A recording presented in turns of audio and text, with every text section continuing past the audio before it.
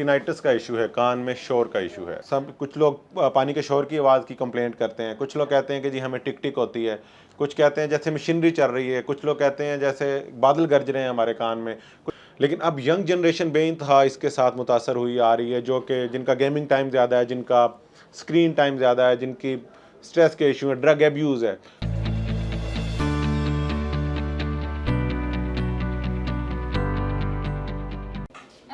Doctor Ali रजा, ये आप क्या चेक कर और रहे हैं? जी कान चेक किया जा रहा है, पेशेंट के राइट ईयर को हम एग्जामिन कर रहे हैं आज। अच्छा, इनको क्या इशू है? इनको टिनाइटिस का इशू है, कान में शोर का इशू है। अच्छा, कान में शोर मतलब क्या, किस तरह का शोर? टिनाइटिस जो है इसकी काफ़ी किस्में होती हैं। बेसिकली जो कान में शोर है, कान की बीमारी की वजह से भी हो सकता है, दिमाग की बीमारी की वजह से भी हो सकता है, ब्लड प्रेशर की वजह से भी हो सकता है, और खून और दिल की शरियानों में मसाइल की वजह से भी हो सकता है। इससे हट के नफ्सियाती बीमारी की वजह से भी हो सकता है। तो बीइंग ईएनटी सर्जन सबसे ज़्यादा और पहले पेशेंट हमारे पास ही प्रेजेंट करता है, तो हम उसकी डिटेल्ड हिस्ट्री लेते हैं कि एक्चुअली प्रॉब्लम है क्या है, कि आया कि वो कान ना गला ने देखना है, उसे जो कार्डियोवास्कुलर डिजीज़ के स्पेशलिस्ट ने देखना है, यानी कि खून की शरियानों के दिल के डॉक्टर ने देखना है, या कि ये कोई नफ्सियाती मसला है तो साइकेट्रिस्ट ने देखना है, या कि दिमाग के डॉक्टर न्यूरोलॉजिस्ट ने देखना है। तो ये शोर किस तरह का होता है कान में? बेइंतहा टाइप्स हैं जी। आप you name a voice and it can be some clicks.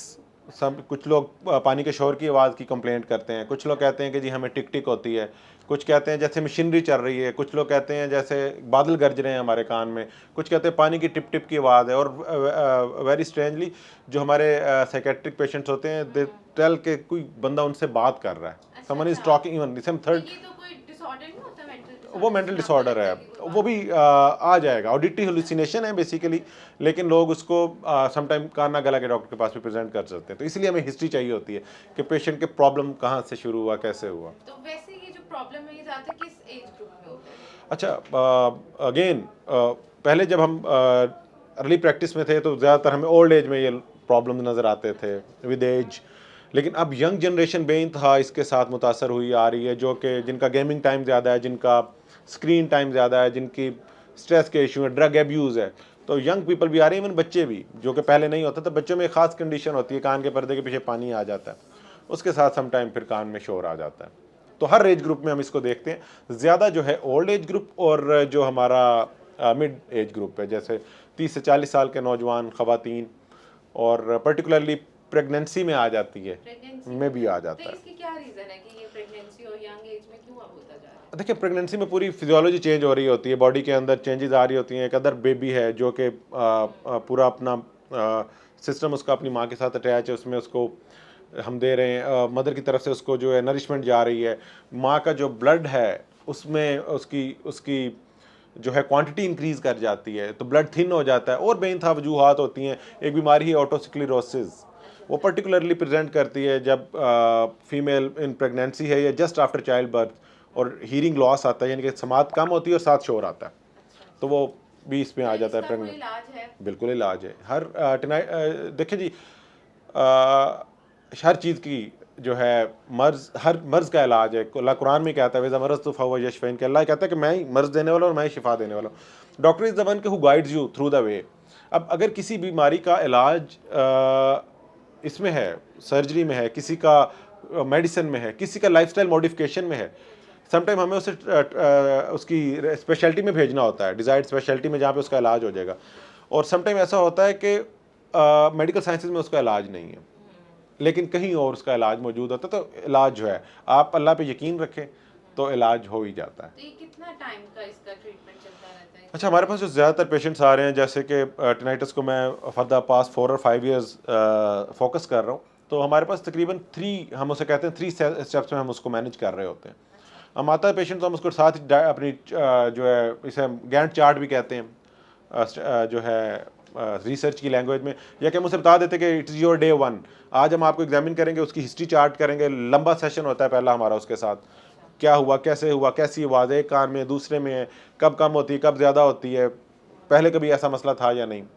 तो इसके बाद जब इसको पूरा हम कर लेते हैं डिटेल्ड हिस्ट्री में से 30-40 मिनट्स के बाद, तो हम उसको मैप कर लेते हैं, और फिर कुछ जो उसको चाहिए होते हैं टेस्ट पर्टिकुलरली, लाइक उसको कान के चाहिए हैं, ला के उसको हमने उसका ब्लड प्रोफाइल देखनी है, हमने उसका एमआरआई करवाना है, हमने उसकी कोई पर्टिकुलरली वेसल्स की इमेजिंग करनी है, कुछ भी करना है, लंबी लिस्ट है। तो हम जो उसके लिए पर्टिकुलर 1, 2 या 3 टेस्ट हैं वो एडवाइस करते हैं, और वो पेशेंट पे डिपेंड करता है। समटाइम्स वो वेरी नेक्स्ट डे आ जाता है फॉलोअप के लिए, तो दैट इज़ डे 2, और समटाइम वो 2 माह बाद आता है, तो अगेन दैट इज़ डे 2। तो डे 2 पे हम 80% श्योर हो चुके होते हैं कि उसकी तशखीस क्या है।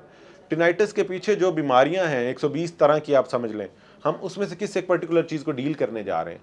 जब हम उस तक पहुंच जाते हैं सेकंड या थर्ड उसके विजिट में, तो उसका इलाज शुरू हो जाता है। सेकंड में हम 80% तक पेशेंट को डायग्नोज कर चुके होते हैं। वेरी रेयरली हमें थर्ड या फोर्थ स्टेप पे जाना पड़ता है, यानी कि थर्ड और फोर्थ, उसमें फिर हमारी डिफरेंट टाइप की कॉम्प्लेक्स तरह की असेसमेंट शुरू हो जाती है, ठीक है ना, जिसमें उसकी ज़्यादातर उसकी पर्सनल जो है लाइफ के मतलब सवालात, उसकी जो है डे टू डे लाइफ के मतलब सवाल आती है, फिर बाद में ये चीज़ें आ जाती हैं। लेकिन हमारी कोशिश ये होती है कि हम पहले उसको डायग्नोज करें कि एग्जैक्टली वो किस जगह पे फिट हो रहा है, और देन फिर उसका ट्रीटमेंट शुरू करें। जो ट्रीटमेंट है वो अगेन हम आपको वे देते हैं, पेशेंट को बता देते हैं कि ये इलाज है, उसे ऑप्ट उसने खुद करना है, उसका इलाज उसने खुद करना है। ये हर टाइम आ रहा होता है या कभी-कभी मुख्तलिफ आता लोगों है? में मुख्तलिफ तरीके से जी है।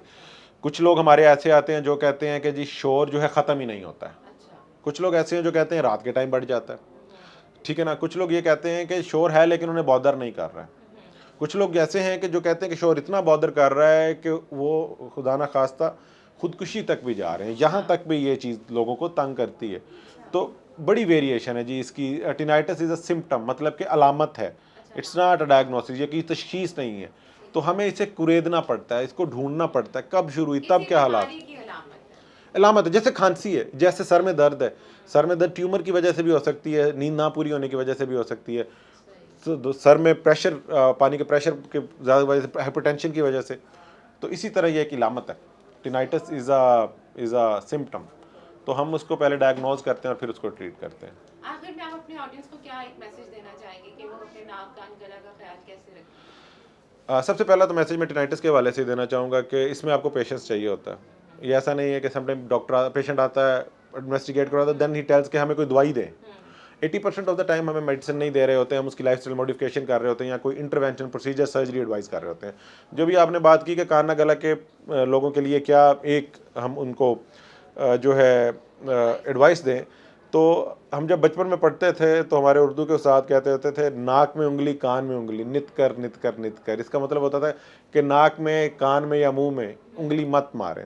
तो सिंपली जो चीज़ है, इसको अगर मैं मॉडिफाई करूं तो कान में किसी तरह का ईयरबड ना यूज़ करें, नाक की सफाई का ख्याल रखें, ठीक है ना, और ओरोडेंटल हाइजीन जो है मुंह की, उसका भी ख्याल रखें। और जनरल जो आपकी खुश रहें, सबसे बड़ी जो चीज़ है हैप्पीनेस जो है, इट्स अ ग्रेट मेडिसिन। खुश रहें, ब्लड प्रेशर से बचें, जो आपकी जनरल चीज़ें उनसे उनका ख्याल रखें। और इन ऑरिफिसेस में, यानी कि जो नाक, कान, गले का सुराख है, इनमें कोई भी चीज़ ऐसे मत मारें जस्ट फॉर के जी मैं कान को साफ़ कर रहा हूँ या क्या, इस तरीके से। तो बहुत अच्छा आपने मैसेज दिया, बहुत शुक्रिया आपका कि आपने आज हमें अपना टाइम दिया। नहीं, एनी टाइम जी, Thank you खैरियत so से रहें। much. शुक्रिया शुक्रिया।